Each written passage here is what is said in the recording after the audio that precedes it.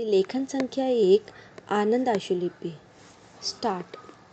उप कुलपति महोदय, जैसा कि आपने कहा, आपका विश्वविद्यालय नया है, लेकिन बंगाल में शिक्षा की परंपरा नई नहीं है। बंगाल हमारे देश के बौद्धिक पुनर्जागरण और राष्ट्रीय जागृति में सबसे आगे रहा है। राजा राम मोहन राय से लेकर, जो कि हमारे पहले आधुनिक पुरुष थे और इस छोटे शहर को उनका नाम देकर ठीक किया गया है, आज तक बंगाल की कोख से जन्मी उन असंख्य महान संतानों की एक लंबी कहानी है, जिन्होंने हमारे राष्ट्रीय जीवन को संपन्न और उन्नत किया है। आज का दिन केवल एक समारोह का ही नहीं है।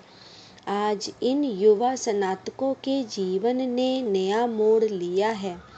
आज से आप नई जिम्मेदारियां संभालने जा रहे हैं।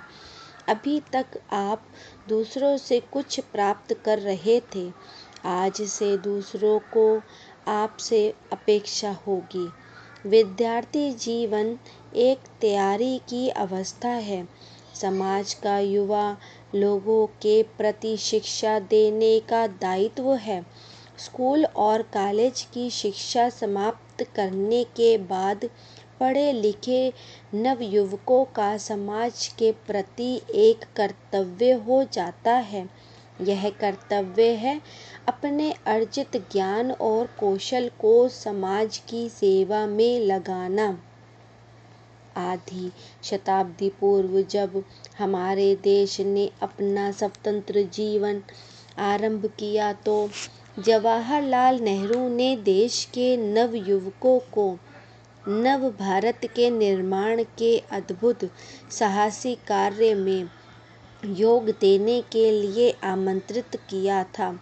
वह आह्वान आज भी उतना ही सार्थक है जितना कि 1947 में था, क्योंकि एक देश का निर्माण केवल 50-55 वर्षों में ही पूरा नहीं हो जाता। आप जो आज के नवयुवक हैं, चाहे आपको स्वतंत्रता प्राप्ति के लिए काम करने का सौभाग्य प्राप्त नहीं हुआ, लेकिन स्वतंत्रता को मजबूत बनाने के प्रयास में हाथ बटा सकते हैं। अतः आप स्वयं को भी अग्रणी समझें। बहुत सा काम जो आप ही को करना है, पहले कभी नहीं हुआ।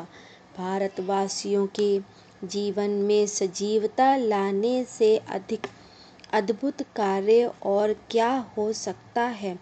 कभी कभी अखबारों में नवयुवकों में फैले असंतोष, उनकी हड़तालें और अनशनों, सीधी कार्रवाई और झगड़ों की खबरें आती हैं।